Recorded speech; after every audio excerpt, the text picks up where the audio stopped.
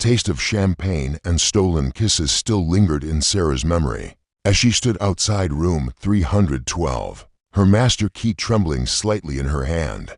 3 years had passed since that summer wedding, since the moment behind the garden gazebo, when 18-year-old Sarah had pressed her lips against 15-year-old Jake Martinez, her little brother's best friend, in a moment of reckless abandon fueled by family celebration and teenage curiosity. She'd pushed the memory deep down, buried it beneath college applications, new relationships, and the responsibilities of growing up. Now, as a junior and resident advisor at Millfield University, Sarah Chen thought she'd left those complicated feelings behind. The raw position came with clear rules: maintain professional boundaries, be a mentor and resource, never get personally involved with residents. She'd excelled at it for 2 years, earning the respect of both students and administration. But nothing could have prepared her for this moment. Sarah? The door swung open before she could knock, revealing a face that had haunted her dreams and nightmares in equal measure. Jake Martinez stood in the doorway, taller now, broader through the shoulders, with the same mischievous dark eyes that had captivated her all those years ago. His jaw had sharpened, his voice had deepened, but that crooked smile remained exactly the same. "Jake," she breathed, her professional composure cracking. What are you doing here?" "I'm your new resident." He leaned against the doorframe, that familiar confidence radiating from him. "Transferred from state. Your brother didn't mention it." Sarah's mind raced. Marcus had been oddly evasive during their last phone call, changing the subject whenever she asked about his friends. Now she understood why. He failed to mention that detail. "Can I come in?" Jake's eyes traveled over her face, searching. "We should probably talk." Against her better judgment, Sarah stepped into his dorm room. It smelled like him, that combination of cologne and something indefinably masculine that had made her dizzy at 17. The space was already personalized with photos, books, and a guitar propped against the corner. Her eyes caught on a framed picture on his desk: Marcus, Jake, and herself at a family barbecue, arms slung around each other, laughing at some forgotten joke. "You kept that," she said softly. "I kept a lot of things." Jake closed the door behind them, the click echoing with finality, including memories of a certain wedding. Heat flooded Sarah's cheeks. "Jake, we can't what? Can't acknowledge what happened? Can't admit that we've both thought about it?"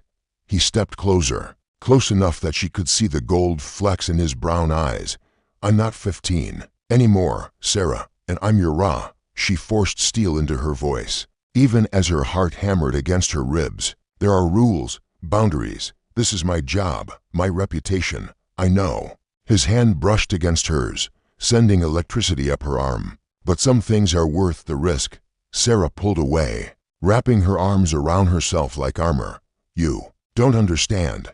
If anyone found out about our history, about what happened at the wedding, I could lose everything. My position, my references, my future. Then we'll be careful." Jake's voice was low, persuasive. "No one has to know. Everyone will know." Sarah's composure finally shattered. "You think college students can't spot attraction from a mile away? You think other RA letters won't notice if I treat you differently? This is impossible, Jake. Completely impossible." The silence stretched between them, heavy with unspoken words and suppressed longing. Finally, Jake nodded, his expression carefully neutral. "You're right," he said. "I'm sorry for putting you in this position. I'll request a room change tomorrow." "No." The word escaped before Sarah could stop it. "No. That would raise questions too. We maintain professional boundaries. You're my resident. I'm your Ra. Nothing more." "Nothing more," Jake agreed. But his eyes told a different story. As Sarah left his room, she knew she was lying to herself. Some connections couldn't be severed by rules or good intentions.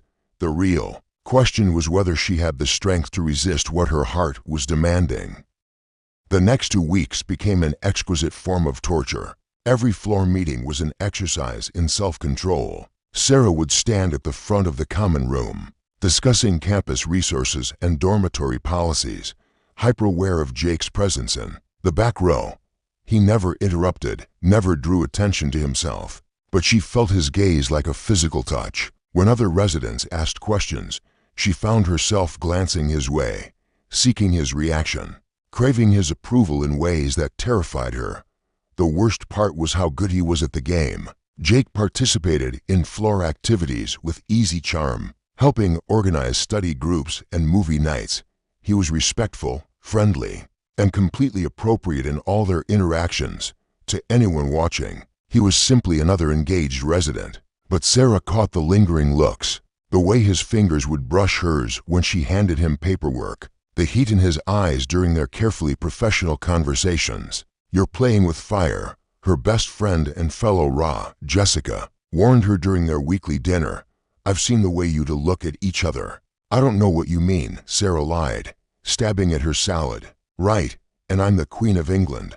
Jessica leaned forward. "Sarah, I've known you for 3 years.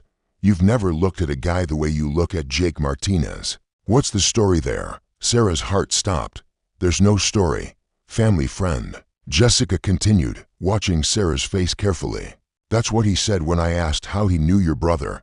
But there's history there, isn't it? Real history." The interrogation was interrupted by Sarah's phone buzzing, with an emergency text from her supervisor. "Water leak on the 4th floor. Several rooms affected. Residents needed temporary housing." Sarah grabbed her keys and rushed back to the dormitory, Jessica's knowing look burning in her memory. The damage was worse than expected. 6 rooms flooded, including Jake's. Sarah stood in his destroyed space, watching him salvage what he could from the soggy mess that had been his carefully ranged sanctuary. "I'm so sorry," she said, genuinely distressed. "We'll get you relocated as soon as possible." "It's just stuff," Jake said, holding up the water-damaged photo from his desk. Their faces smiled back through the warped glass. "Most of it can be replaced," but Sarah saw the disappointment in his eyes, the way his shoulders sagged as he surveyed the wreckage. This room had been his fresh start, his chance to reinvent himself at a new school. Now it was gone. "Stay with me tonight," she said impulsively, "just until housing finds you something permanent."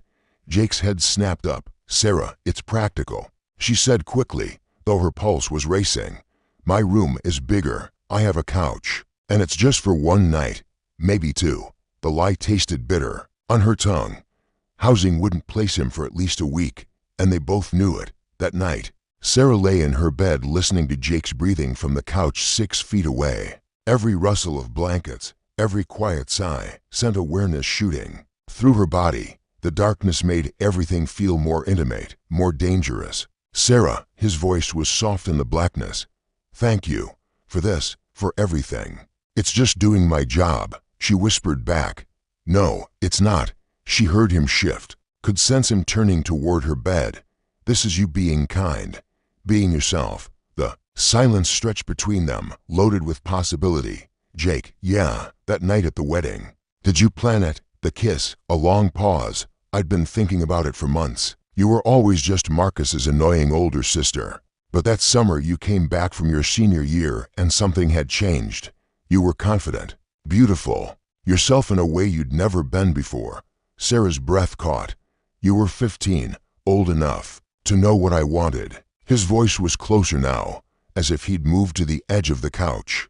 "Old enough to know that kissing you was worth whatever consequences came after.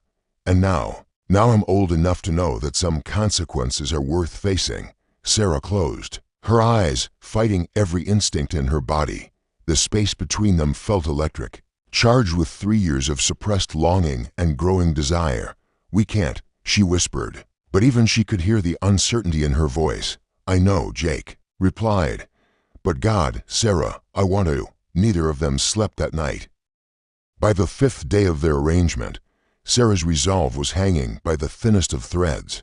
Jake had settled into her space with alarming ease. He made coffee in the mornings, left little notes of thanks, and somehow managed to make her tiny room feel like home in ways it never had before. Worse, he respected every boundary she'd set while making it clear that the offer to cross them remained open. The breaking point came during a mandatory floor programming event, a movie night Sarah had organized weeks before. She'd chosen a romantic comedy, thinking it was safe, forgettable background noise. She hadn't anticipated the way Jake would end up sitting beside her in the darkened common room. His thigh pressed against hers, his scent surrounding her like a drug. When the on-screen couple finally kissed after an hour of romantic tension, Sarah felt Jake's eyes on her instead of the television. She turned to meet his gaze and found herself drowning in the heat she saw there. "I need some air," she whispered, standing abruptly. The hallway was empty, most residents absorbed in the movie. Sarah leaned against the wall, trying to steady her breathing, when Jake appeared beside her. "Sarah, don't." She held up a hand. "Please don't say whatever you're about to say. I'm in love with you." The words hit her like a physical blow. Sarah stared at him, seeing the vulnerability beneath his usual confidence, the way his hands trembled slightly at his sides. "Jake, you don't understand what you're asking. I understand perfectly." He stepped closer, cupping her face in his hands. "I understand that you could lose your job. I understand that people will judge you. I understand that it's complicated and messy and probably a mistake. Then why? Because I've been in love with you since I was 15 years old.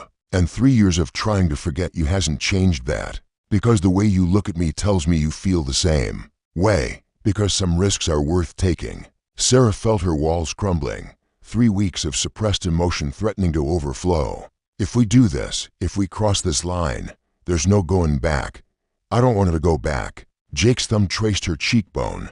"I want to go forward with you." When their lips met, it was nothing like that stolen kiss at the wedding. This was a choice, a conscious decision to leap off a cliff together. Sarah melted into him, 3 years of longing crystallizing into this perfect, terrifying moment. They broke apart breathlessly, foreheads pressed together. "What happens now?" she whispered. "Now we figure it out as we go." Jake's smile was radiant. "Together, the rules will be there tomorrow. Tonight, there's just us." That night, they talked until dawn, about the wedding, about the years between, about their fears and hopes, and the impossibly complicated situation they'd created. When the sun rose over campus, Sarah knew her life had irrevocably changed. The next morning brought reality crashing back. A knock on her door revealed her supervisor, clipboard in hand, ready to discuss Jake's permanent housing assignment. "Actually," Jake said, before Sarah could panic, "I've decided to transfer back to state. Family reasons." Sarah's heart lurched, but Jake caught her eye and smiled a promise that this wasn't an ending, but a beginning. "I'll need 2 weeks to finalize everything," he continued. "Is it possible to stay in temporary housing until then?" After her supervisor left, Sarah turned to Jake in amazement. "You're leaving. We're figuring it out," he said, pulling her into his arms. "Long distance for a semester while you finish your raw term. Then we see what comes next. You do that. Transfer back. Start over again." "Sarah," Jake said, kissing her forehead, "I've been starting over every day since I was 15, trying to become someone worthy of you. This is just making it official." As they held each other in the morning light, Sarah realized that some rules were meant to be broken, some risks were worth taking, and some love stories refused to be contained by policy manuals and professional boundaries. The freshman rule had been simple: maintain appropriate distance from residents. But the heart, Sarah discovered, had rules of its own. What do you think about Sarah and Jake's situation? Was Sarah right to maintain professional boundaries initially? Or was she overthinking the complications in a scenario where institutional rules conflict with genuine emotional connection? How should someone navigate the competing demands of professional responsibility and personal happiness?